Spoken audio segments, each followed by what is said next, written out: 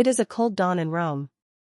The air bites the lungs, and steam rises with every breath. A crowd gathers along the sacred way. Everyone is here, senators in warm cloaks, craftsmen in worn tunics, slaves herded together with their masters. Today, the differences between them have disappeared, everyone is waiting for the festival to begin. And among this crowd stands a young woman named Claudia. She has been childless for 3 years, and every neighbor is whispering behind her back. For the Romans, this is not just a personal tragedy, it is a disgrace for the entire family. Today, Claudia takes a step forward in the hope of changing her fate. The women line up in a row. They bare their shoulders and raise their hands. Claudia trembles but repeats the gesture. Laughter erupts from the crowd, some joke, some shout out the names of those standing in front. Could you endure it, knowing that the whole city is watching? Young Lupercal priests run down the hill. They are almost naked, wearing only loincloths and carrying belts. They move swiftly and confidently. The crowd erupts in shouts. To an outsider, it is chaos, running, hitting, screaming. But for the Romans, it is order, a sacred act. The strap touches Claudia's shoulder, then her stomach. This is how the Romans believed fertility and easy childbirth would come. Claudia clenches her teeth. She does not step aside or retreat. Because if this pain is her chance to give birth, isn't it worth enduring? Children crane their necks to see, older men nod, this is how it has always been, and this is how it will continue to be. To us, this scene seems humiliating. Bare shoulders, blows with belts, a crowd laughing and cheering. In our imagination, it looks like violence. But for Rome, it is purification, a promise of the future. The Lupercalia have begun.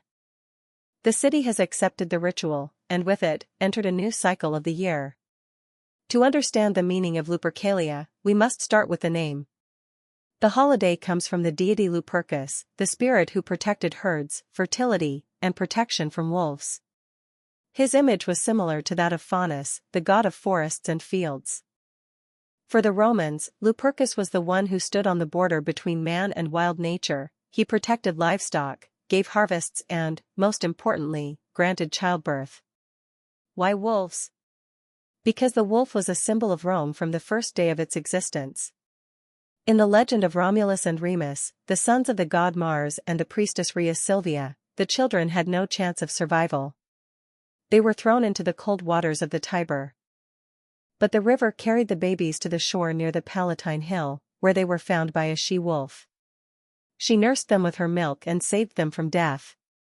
Later, the twins were raised by a shepherd, but it was Romulus who became the founder of Rome. For the Romans, this story was not a fairy tale, but proof of their special destiny. The she-wolf became a symbol of the city, a wild but life-giving force that guided Rome from the very beginning. It is no coincidence that the main sanctuary of the Lupercalia was located in the Lupercal cave under the Palatine Hill. It was there, the Romans believed, that the she-wolf had nursed the twins. Every year, when the time of the festival came, the people renewed this connection. The city seemed to turn back to its foremother. Sacrifice was at the heart of the ritual. Goats were brought because they symbolized fertility, their skins were made into belts that were used to touch women's bodies. But there is another detail that may seem strange. It was here, during the Lupercalia, that dogs were also sacrificed. This sounds shocking to us. In Rome, however, such a ritual was considered necessary. The dog, a natural protector against wolves, had to be sacrificed to appease the wild forces. What seems cruel to us was a way for the Romans to maintain the balance between man, nature, and the gods. In a world where survival depended on livestock, crops, and childbirth, such a ritual was not a whim, but a guarantee of life. This is how the main ritual began, which later took place in the Lupercal cave. And there, the most terrifying part awaited the priests: sacrifice and blood. The main ritual of the Lupercalia began with a sacrifice. Goats and dogs were sacrificed in a cave under the Palatine Hill. Goats symbolized fertility, while dogs were exceptional sacrifices, guardians of the home, who were given up to appease wild nature. Then an even stranger scene followed. Young priests, called Luperci, had their foreheads smeared with blood, which was then wiped off with milk or woolen cloth. Plutarch wrote that the priests had to laugh while doing this. Imagine, a bloody mark and laughter nearby, a combination of death and joy. For the Romans, it was a symbol of purification, a balance between danger and life. Dionysius of Halicarnassus adds another detail: some of the goat meat was sometimes eaten for ritual purposes. This was not a festive meal, but a way to touch wildness for a moment and absorb its power. People became part of the animal world to bring this energy into the community. To us, all this sounds wild and even shocking.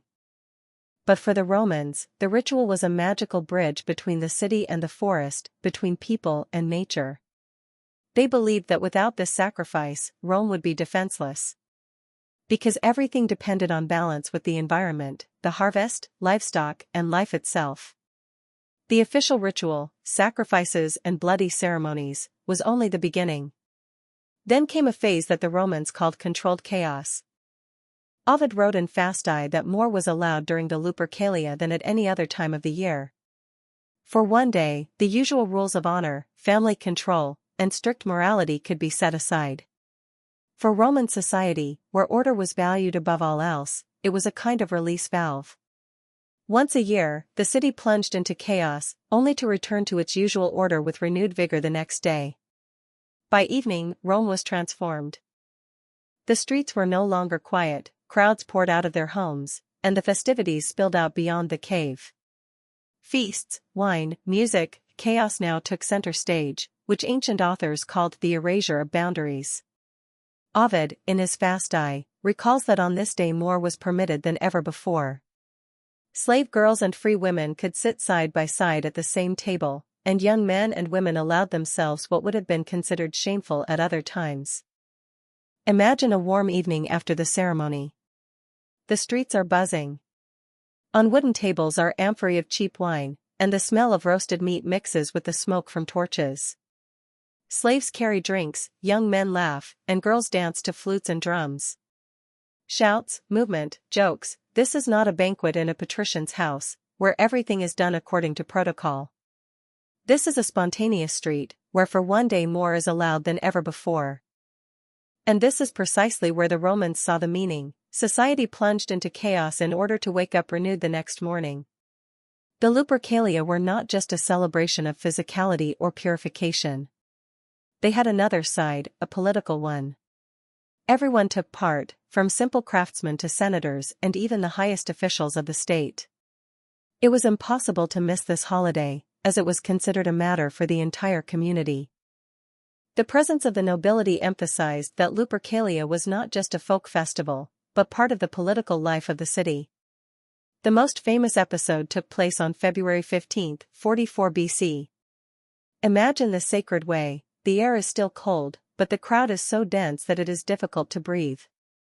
People laugh, push, shout, some throw their hats in the air, others stretch higher to see the scene. The center of attention is Julius Caesar.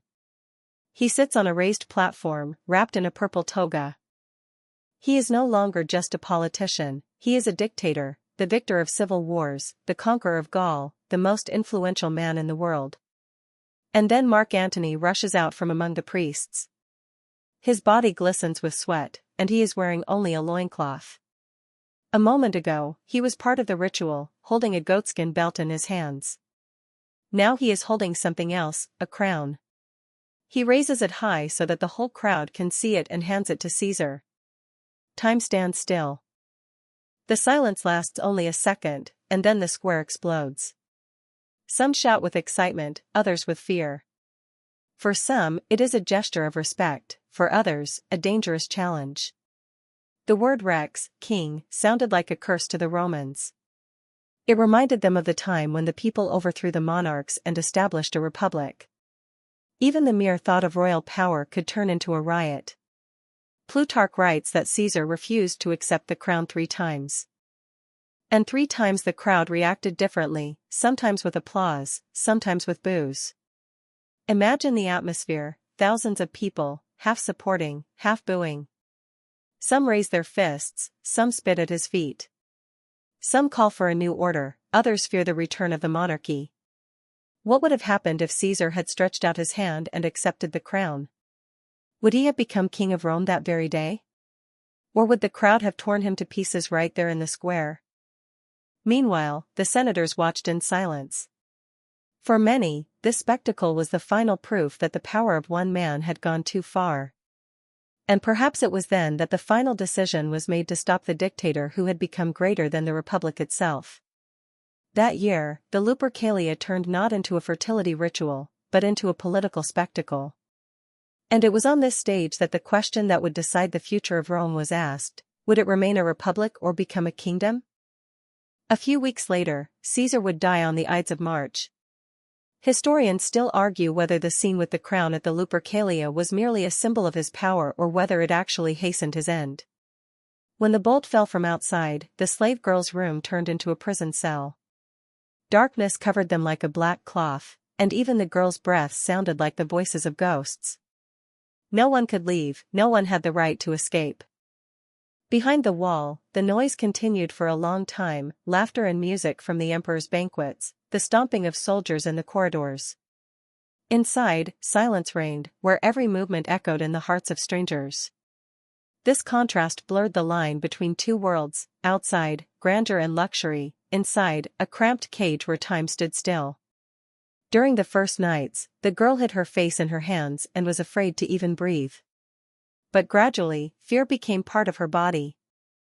It sat in her chest like a weight and taught her heart to tremble instead of beating.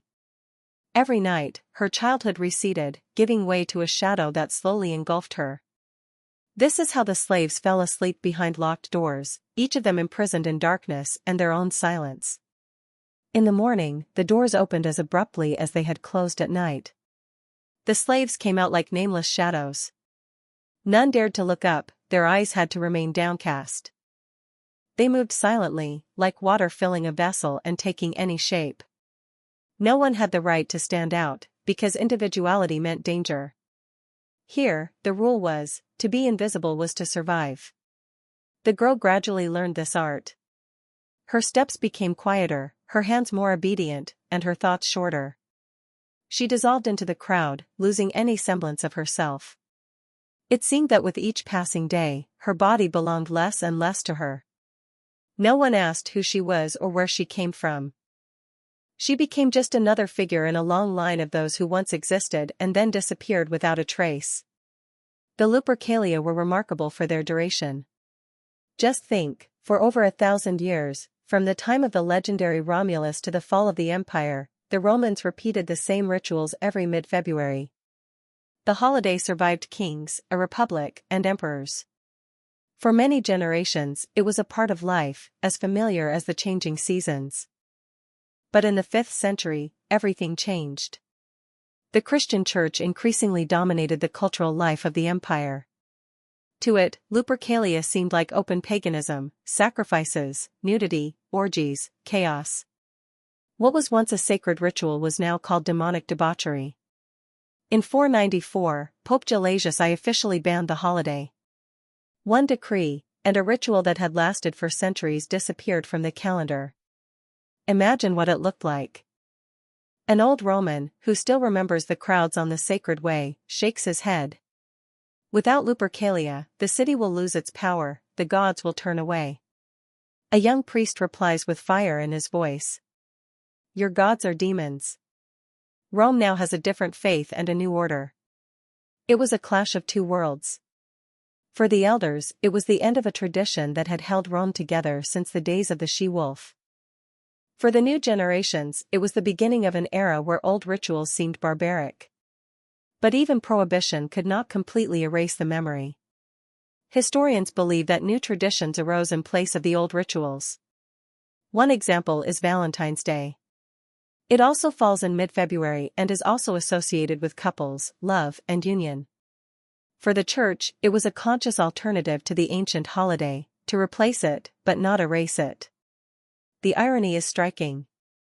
What began with the blood of goats and dogs, with beatings and women's screams, turned into chocolate, flowers, and cards with hearts centuries later. Who would have thought that the most romantic holiday of our time grew out of one of the harshest Roman rituals? Remember the woman on the sacred way who raised her hands and accepted the blow of a belt? For her, it was not pain, but a chance for love and a new life. Today, we have replaced blows with cards and chocolate. But the essence remains the same, the search for intimacy, hope, and the continuation of the family line. And when you give a Valentine's card, somewhere deep within this tradition, ancient Rome still echoes with its cries, laughter, and a woman who believed that one blow would change her destiny.